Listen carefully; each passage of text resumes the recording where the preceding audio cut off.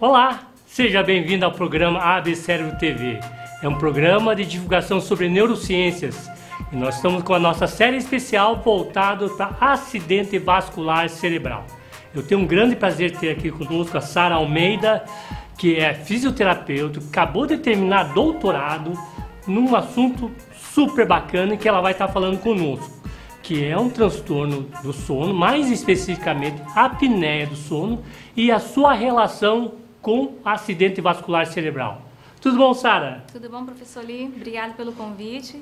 E tá falando um pouquinho aqui sobre o que eu pesquisei no meu doutorado. Legal. Conta um pouquinho, o que é esse tal de apneia do sono?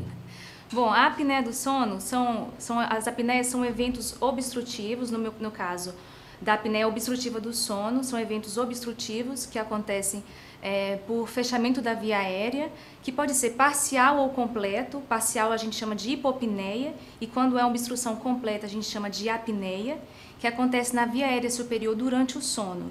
E aí essa apneia vai levar a eventos de hipoxemia, de hipercapnia, quando tem a retenção do CO2. Não, um tempinho aqui, Sara. Agora vamos traduzir isso para um bom português.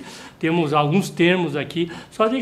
Vamos colocar assim. Quando você fala obstrução da via aérea, mas como é que é a via aérea, quer dizer, que tem a garganta aqui, como é que ela fica obstruída? Então, é como se fosse um tubo, tem a faringe, Tá. E quando tem uma obstrução, seja por uma deformidade anatômica, por alguma deformidade estrutural, alteração genética, vai levar à diminuição da passagem do oxigênio. E aí vai obstruir, vai fechar a faringe por um aumento de pressão. E aí a pessoa não consegue respirar. Então não ventila, não entra o oxigênio. Então, e aí vai levar ao quadro da apneia, quando para de respirar, ou hipopneia, quando diminui essa entrada de ar pela via aérea superior.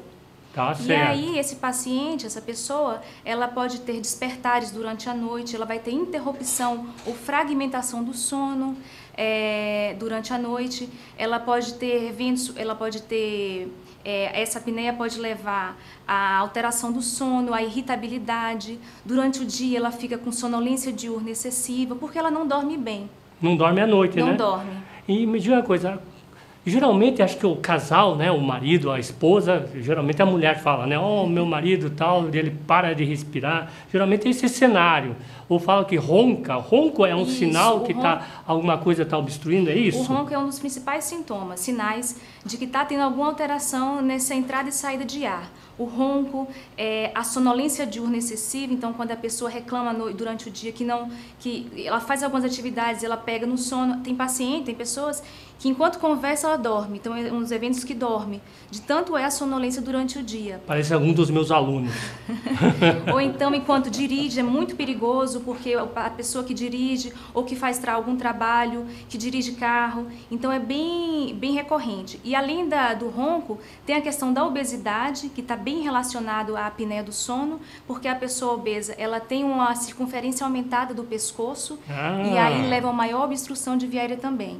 Então, além disso, fica o gordinho aqui no pescoço fica com a garganta mais estreita, é isso? Isso. Olha e também o sexo masculino. Os homens têm uma maior prevalência de apneia do sono do que as mulheres. Mas isso é porque os homens são mais gordinhos? Também. Pode ser, né? Pode ser. Mas além disso tem a questão também alteração anatômica, as pessoas que têm desvio de septo, que têm uma língua maior, a macroglossia, também, ou então que tem hipotireoidismo, são alguns dos pré-requisitos para ter a apneia do sono. Quer dizer, então, por si só, o fato da pessoa ter essa tal de apneia do sono, porque a garganta, a via aérea fica, digamos, obstruída. Isso. E não passa o ar direito, então, que nem se fala, não vai o oxigênio direito para o cérebro, a pessoa acorda várias vezes, tem interrupção. Mas o que tem isso a ver com AVC? Pois na população normal, 4% dos homens vão ter uma apneia do sono e 2% das mulheres vão ter apneia do sono. As pessoas que têm AVC, essa frequência aumenta de 30% a 70%. Então, é uma incidência bem aumentada naquelas pessoas que já têm um AVC. Porque tem uma associação entre AVC e apneia do sono. Não se sabe se a apneia do sono é um fator causal ou é uma consequência do AVC, mas existe uma relação entre esses dois eventos. onde pelas complicações do AVC, o paciente, e juntamente com a obstrução, vai levar a uma diminuição do oxigênio e depois ele volta a ter oxigênio. Então, dessatura e ressatura.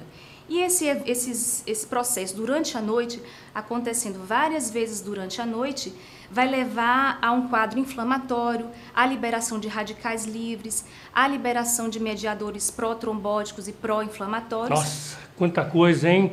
Que pode levar a um novo AVC. Imagina uma coisa, então, além daqueles riscos, fatores de risco já sabidos, né, que é pressão alta, diabetes, o fato da pessoa ser sedentário, ter obesidade, problema com colesterol, agora você está trazendo também que a apneia do sono também é um fator de risco da pessoa vir ter um acidente vascular cerebral. Exatamente. Realmente, e como é que, tendo em vista que é um fator de risco, como é que as pessoas identifica, porque a pressão arterial, você vai lá, mede, a pressão está aumentada, a glicose faz, né, a glicemia, a diabetes vê a glicemia, um problema de colesterol, vê colesterol no sangue. E como é que a gente faz hoje o diagnóstico de apneia do sono? Então, existe o padrão áureo, que é fazer uma polissonografia durante o período da noite. Então, a pessoa vai numa clínica, coloca uns eletrodos na cabeça e vai monitorar os sinais elétricos, os sinais fisiológicos durante a noite. Mas, para que o paciente faça essa polissonografia, existem outros pré-requisitos. Ele não vai simplesmente porque ele acha que não respira fazer uma polissonografia. Então, vai procurar um neurologista especialista na área do sono.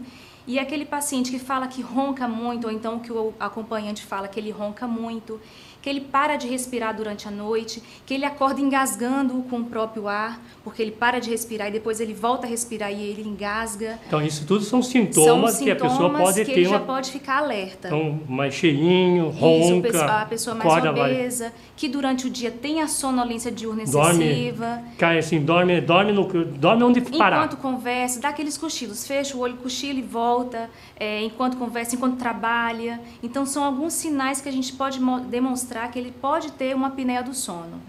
Mas uma investigação mais detalhada a gente faz com a polissonografia para fechar o diagnóstico.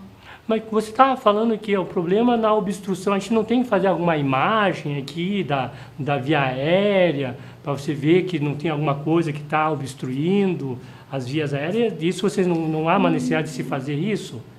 Não, pode ser um exame para complementar. Complementar, né? Mas é só mesmo a polissonografia que avalia os sinais fisiológicos para ver se ele vai estar tendo apneia ou não durante o sono. Com a consequência já, né, de causar esses despertares que você está falando. Realmente. E agora, me diga uma coisa. Uma vez que se identifique isso, tem alguma coisa que se faz, que dá para fazer, tratar isso? Tem. Então, assim, é uma área bem interdisciplinar, porque a pessoa pode ter... ela pode ter apneia por alguma alteração anatômica e, de repente, uma placa oral, feita por um odontologista, consiga melhorar, abrir essa via aérea e o ar vai entrar normalmente. Ou então, a gente usa, na fisioterapia, tem os aparelhos respiratórios, o CPAP, que é um aparelho que ajuda, que entra um ar, uma pressão positiva, e abre a via aérea e ele consegue respirar também. Então, existe a fonoaudiologia, que faz o tratamento da musculatura daqui da região do pescoço. Faz uma musculação aqui. Como se fosse uma musculação. Então, exercita a musculatura aqui para deixar mais forte e conseguir manter a musculatura enquanto o ar entra. Então, é bem interdisciplinar. Tem as cirurgias, tem a parte da otorrino, às vezes o desvio de septo, quando o paciente faz a cirurgia, já melhora, já diminui a obstrução. Então, é caso a caso. Então, o tratamento é bastante amplo, né? É bastante amplo. E é difícil de diagnosticar, não é tão rápido assim. Às vezes a pessoa tem um comprometimento, um desvio de septo, mas não é só isso. Às vezes ele vai melhorar, vai fazer a cirurgia, mas ele ainda vai continuar roncando. Então, tem que fazer todo um tratamento, uma avaliação interdisciplinar para estar acompanhando esse paciente. Qual que seria o ponto que você acha que seria o inicial? A pessoa que está agora assistindo e que de repente reconhece alguém em casa que tem algum desses sintomas, que ronca e que de manhã dorme pelas tabelas tal, e que é um pouquinho mais cheinho, ele deve procurar quem? Ele deve procurar um neurologista especialista em medicina do sono. E aí vai fazer todos os exames, vai fazer o acompanhamento para a gente estar vendo se ele vai ter mesmo a apneia, porque assim, é normal, qualquer um da gente, a gente pode ter até 5 eventos de apneia por hora de sono, é o normal. Acima de 5 eventos por hora já é considerado alterado. Quando você fala apneia, o que você quer dizer? A pessoa para de respirar assim? Isso, por alguns quanto tempo? segundos. Mas por quanto, alguns segundos. assim? Então, tem pessoas que ficam 50 segundos sem respirar, Meu chega Deus a ficar do céu. 1 minuto sem 50 respirar. segundos, você consegue, olha, vai bem... tentando aí, mas com cuidado, tá? Até o pessoal fica roxa, então.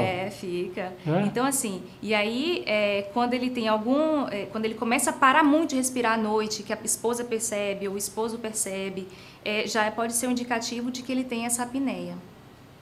E o tratamento, então, número 1, o neurologista. Agora, vindo um pouquinho para a área de AVC, o que você encontrou, assim, fala um pouquinho dos seus achados do seu doutorado nessa área. Você estudou pacientes que tiveram AVC? Isso. E aí a gente queria rastrear a presença de apneia obstrutiva do sono naqueles indivíduos que a princípio não tinham queixa de apneia do sono. Quando a gente foi avaliar, não eram pacientes que se queixavam, que acordavam à noite, a única queixa que todos tinham era a questão do ronco. Então foi bem importante a questão do ronco. Mas nenhum deles falava, olha, eu acordo à noite com falta de ar, eu acho que eu tenho apneia do sono. Mesmo porque não é um assunto tão comum assim. O AVC é mais falado, mas a apneia do sono não é uma coisa tão frequente assim. Apesar de que existe um estudo já feito em 2010 aqui no Brasil, onde houve uma prevalência de 33% da amostra de pessoas normais, saudáveis, adultas, assim, adultas, na rua, 1/3 da população teve apneia do sono. Nossa, é grande, mas é uma prevalência bastante elevada. Mas é um estudo é o único estudo no Brasil que até então com uma prevalência tão alta. A gente acredita que tenha uma prevalência mais aumentada, mas que não seja também tão disparante assim do que a literatura mostra, que é 4% em homem e 2% em mulheres.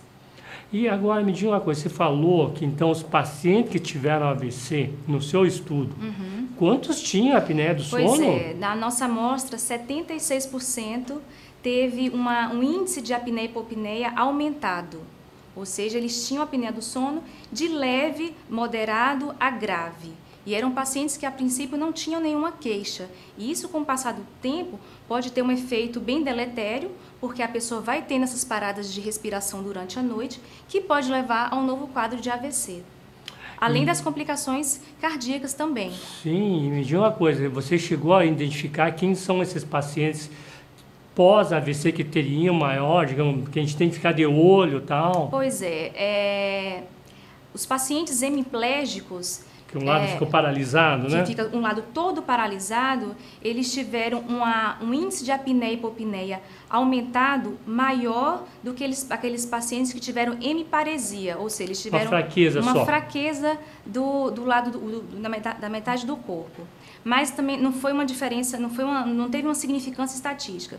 Mas o que a gente acredita é que esses pacientes hemiplégicos, com essa paralisia, essa fraqueza muscular do hemicorpo, tem alguma relação com a questão da apneia do sono. Também com a paralisia, talvez, da musculatura aqui.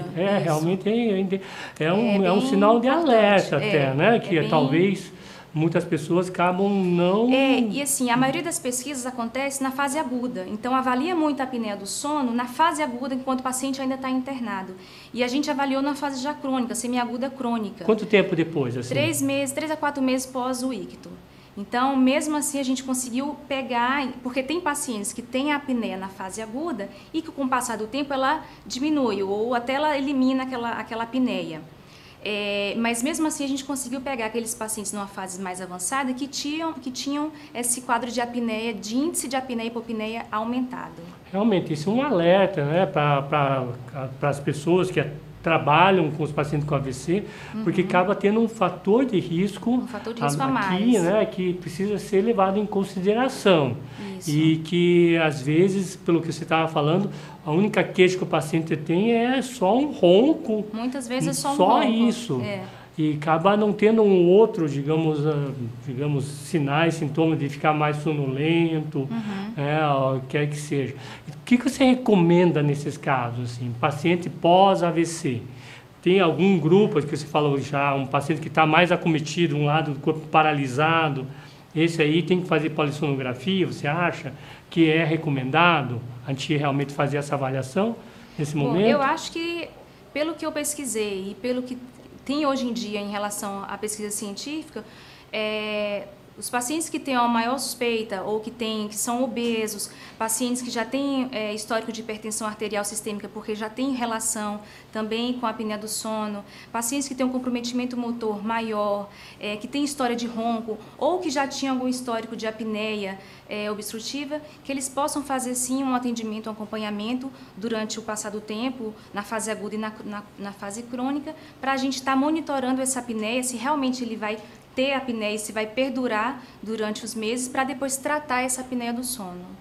E a família pode ajudar em alguma coisa, assim, nesse sentido, nessa parte de apneia, do sono? A família fica alerta a esses sintomas, esses sinais de ronco, perceber à noite, porque muitas vezes a pessoa que tem o derrame, que tem o AVC à noite, dorme sozinho, então de repente dormir com algum acompanhante para estar monitorando o sono, para saber se à noite ele não fica muito agitado, se ele não acorda com falta de ar, se durante o dia ele não fica assim com um pouco confuso, meio desorientado. Alguns pacientes, por não dormir bem pela apneia, acordam sem saber onde estão, e se tem a sonolência durante o dia. Então, seria interessante as pessoas, que são coisas relativamente bem simples de estarem avaliando, o familiar ou o cuidador, prestar atenção nesses pontos que são bastante importantes para a gente estar avaliando na questão da apneia do sono. E em relação a esse tratamento multidisciplinar que você já falou da apneia do sono, nesses casos pós-AVC, boa parte, qual tipo de tratamento você acha que eles são indicados? Mas ou eles também usam mesmo, digamos, procedimentos que se fazem como se não tivesse tido o AVC? A apneia do sono usa a placa também? É a mesma coisa, não muda. É difícil chegar, assim, difícil chegar no diagnóstico muito rápido. Muitas vezes a pessoa tem que passar por um otorrino, tem que passar por um neurologista, tem que passar por um pneumologista para estar fechando o diagnóstico, e aí fechado o diagnóstico a gente vai para a reabilitação. Que aí ou vai para a cirurgia, ou vai fazer a fisioterapia na questão dos aparelhos respiratórios que vão ajudar, ou vai fazer a fonoaudiologia.